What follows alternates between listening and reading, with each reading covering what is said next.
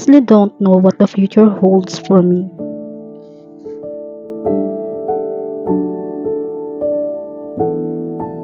Sometimes I asking myself, wondering what my life will be in the future.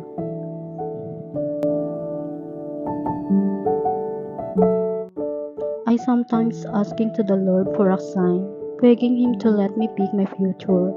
I'm desperate to know what my life will be like.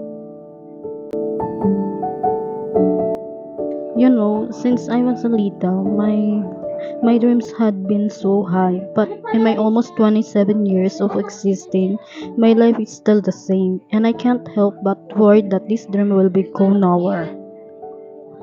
But God woke me up, and He told me that I must surrender everything to Him.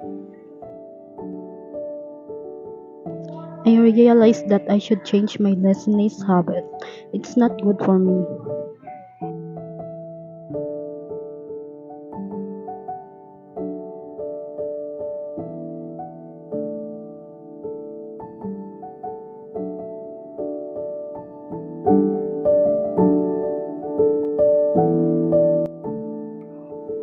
I have to give a shot again.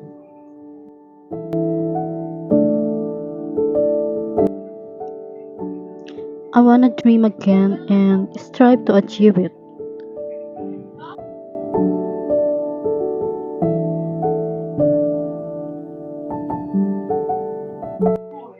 I wanna know what God wants for me. Whatever He wants for me, I'm ready.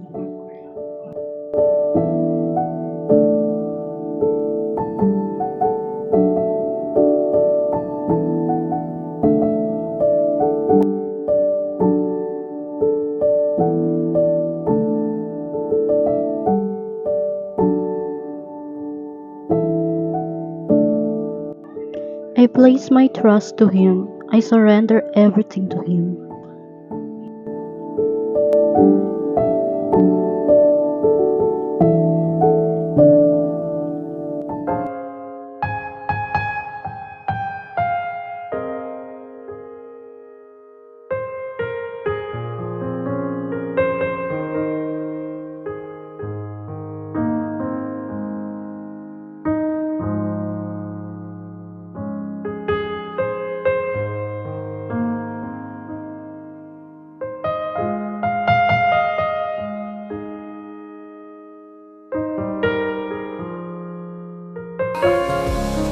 I know God loves me. His grace, His peace, my victory.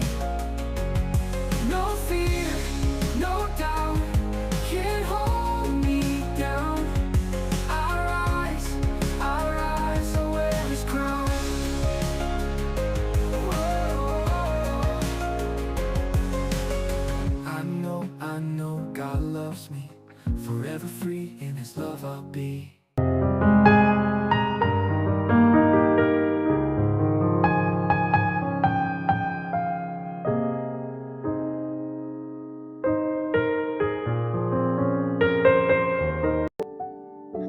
So here I am again, giving a shot and keep flying till I reach the star.